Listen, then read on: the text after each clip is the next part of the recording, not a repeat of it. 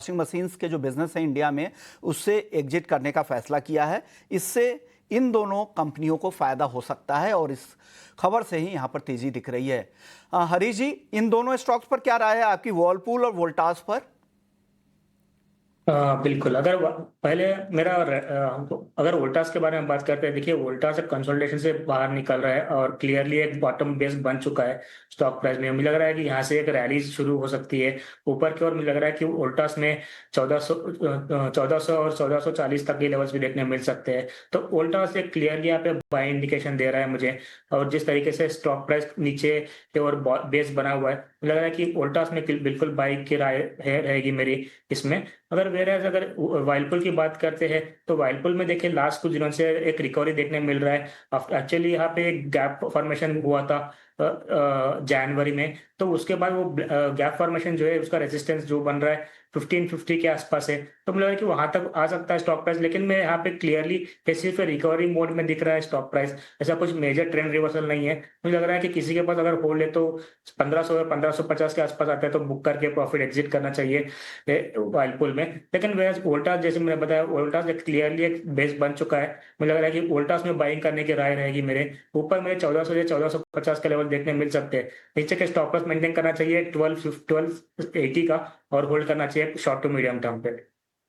Stop loss के साथ यहाँ पर होल्ड करने की सलाह वोल्टास को लेकर आ रही है। एक और स्टॉक है भारती एयरटेल, जहां अगर आप देखें तो 2025 में इस स्टॉक में 25% तक की तेजी भारती एयरटेल में आ चुकी है और पिछले एक साल में 37% और पिछले 5 साल में 265% तक की मजबूती से स्टॉक ने दिखाई है और आज भी इस स्टॉक ने नया हाई बनाया है।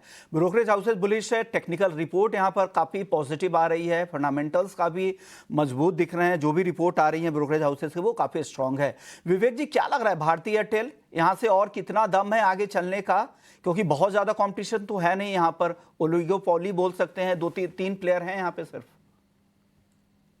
हाँ, तीन तो क्या, मैं तो ढाई प्लेयर बोलूंगा, क्योंकि वोडाफोन को तो मैं आधा प्लेयर ही मान रहा हूँ फिलहाल। लेकिन आगे चल के यही दिक्कत है कि इनफैक्ट ज्योतिरादित्य सिंधिया ने जो 2-3 दिन पहले बयान दिया था वो बहुत सेंसिबल था कि भारत में डुओपोली नहीं होनी चाहिए, तो इसके लिए वोडाफोन को कैसे भी करके बचाना है। अब बचाने का ये मतलब नहीं है कि जाके आप वोडाफोन का स्टॉक लो। तो जो दिग्गज दो प्लेयर बचते हैं वो यही दो बचते हैं, भारती और जियो। अब जियो लिस्टेड स्पेस में है नहीं, उसके कारण अब भारती का एक्चुअल वैल्यूएशन कहाँ पे ट्रेड होना चाहिए करके अब बाजार उस पर थोड़ा सा गैम्बलिंग कर रहा है। लेकिन एक बार जियो लिस्ट हो जाता है तो आपको सही मायने में वैल्यूएशन डिफरेंस पता चलेगा। और मुझे लगता है कि ये सेक्टर आज के दिन ऐसा है कि करीबन 60 करोड़ जो करेक्शन है, मुझे लगता है कि ये यहाँ से भी डबल हो गए। अब डबल कैसे होंगे? पॉपुलेशन आपकी डबल नहीं होने वाली इमीडिएटली, लेकिन अब ट्रेंड ये ऑलरेडी चालू हो चुका है कि लोग एक सिम कार्ड नहीं 2 सिम कार्ड लेके चलते हैं। तो अगर फ्यूचर में समझ लिया भारती के पास अगर 50 करोड़ है तो जियो के पास भी 50 करोड़ हो सकते हैं। वो एक सिचुएशन आने वाला है, तो इसके लिए सेक्टर अच्छा है ओवरऑल। लेकिन वैल्यूएशन ठीक है, इतना रनअप के कारण थोड़ा सा स्ट्रेस दिख रहा है। लेकिन जैसे आपने कहा डुओपोली है, इसके लिए प्रीमियम वैल्यूएशन भी कमांड कर रहा है स्टॉक। वोडाफोन आगे चल के अगर बीएसएनएल, वोडाफोन और एमटीएनएल मर्ज हो जाता है तो एक अच्छा प्लेयर, तीसरा प्लेयर आपको दिख सकता है। तब तक पता नहीं कितने महीने या साल लगेंगे उसमें। लेकिन जैसे आपने कहा डुओपोली के कारण वैल्यूएशन कमांड करते रहेगा। तो ओवरऑल गुड सेक्टर, दो ही एक ही विकल्प आपके पास अगर पार्टिसिपेट करना है। नजरिया टेलीकॉम सेक्टर पर, लेकिन ऑप्शंस के चैंपियंस हमारे अगले सेगमेंट पर नजर डालते हैं और एंजल वन से स्नेहा सेठ अब हमारे साथ जुड़ चुकी है। Sneha, good afternoon. बताएं ऑप्शंस के चैंपियंस इस घंटे में कौन सा वो स्टॉक रिकमेंडेशन होगा आज?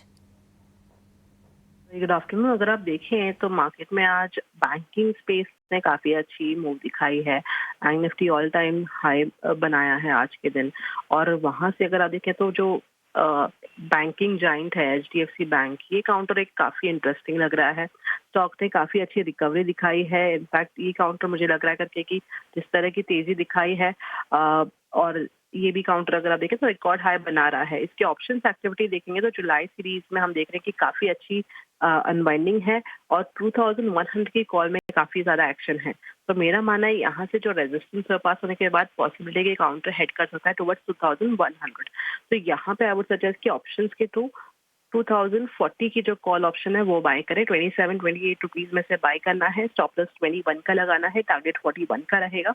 As per the target and stop loss maximum risk involve है दैट इज अराउंड 4000 और प्रॉफिट पोटेंशियल रहेगा 7000 तक का। किसी बैंक के 2040 के कॉल ऑप्शंस खरीदने की सलाह। अधिकतम मुनाफा 7000 तक का हो सकता है और अधिकतम नुकसान 4000 तक का हो सकता है इस ट्रेड में। स्नेहा, बहुत बहुत शुक्रिया समय निकालकर आज हमारे साथ जुड़ने के लिए। इसी के साथ सेबी का रिस्क डिस्क्लोजर 90% लोगों को फ्यूचर्स और ऑप्शंस में नुकसान होता है, तो अपने फाइनेंशियल एडवाइजर को कंसल्ट करके